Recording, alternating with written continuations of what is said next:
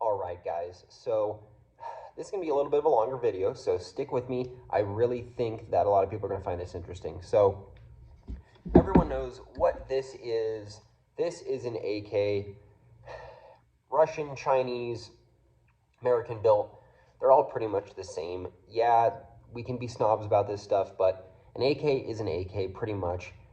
Just kind of like a Honda Accord is a car. It's going to get you from A to B. The gun's going to go bang, and it's going to do it pretty well. So everyone knows why these guns are super reliable, because they rely on a gas piston operation system. So pull the gun apart, super simple. I absolutely love the simplicity of these.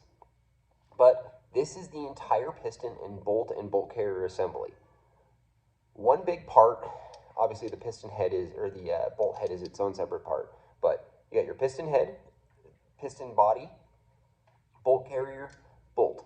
One big chunky part moving back and forth, keeping this gun super, super reliable. It's a very simple system.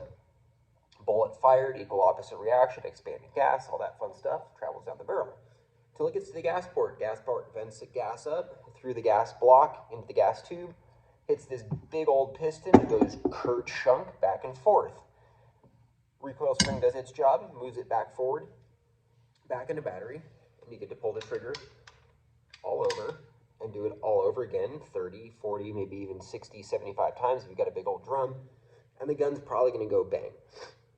But everyone's seen In Range TV's video, the AK mud test, and why this thing failed, and I will say failed, their mud test, is because of the big openings in the gun.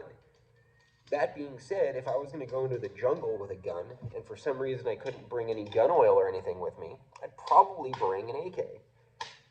Just because they're big, chunky, reliable guns. So this thing's gonna work, and it's gonna work for a really, really long time with not a lot of maintenance. That being said, this is a finicky, high-strung competition rifle. But, except for it's not, because if we look at the original design and the original intent behind these guns were built for hard use. And, once again, pretty simple to disassemble. What a lot of people don't understand is actually how this thing works, because this is a direct impingement firearm. Except for it's not, because direct impingement means something completely different. Let me explain. We have the same thing going on, big bang, equal opposite reaction, expanding gas through the barrel to this point where I've got my gas block up through the gas tube. Everyone knows what it looks like. I got my little silver gas tube right there. This is the point that a lot of people are confused about.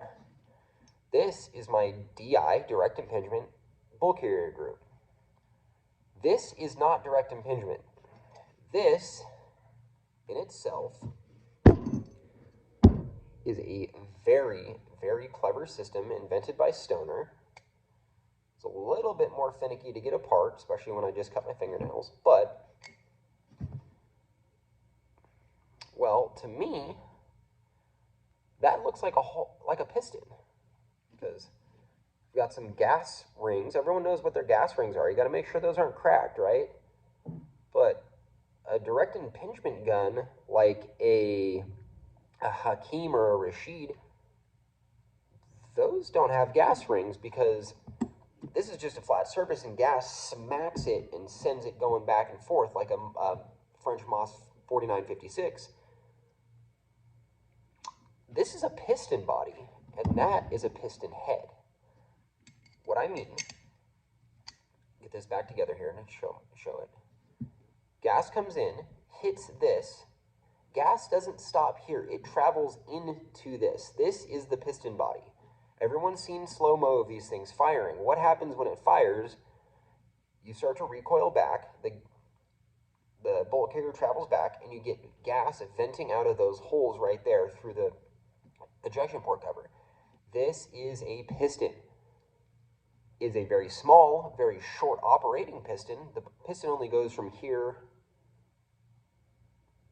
to right there, so there to there. That's as far as the piston moves, but that's as far as it needs to move, because It's using inertia, just like you would get on a gas tappet system on an M1 carbine or anything like that. Think about you guys that have Mini 14 rifles, works just the same way. This is a gas piston. This, good manufacturing and tight tolerances, along with sealed chambers and dust covers, are why ARs are incredibly reliable guns.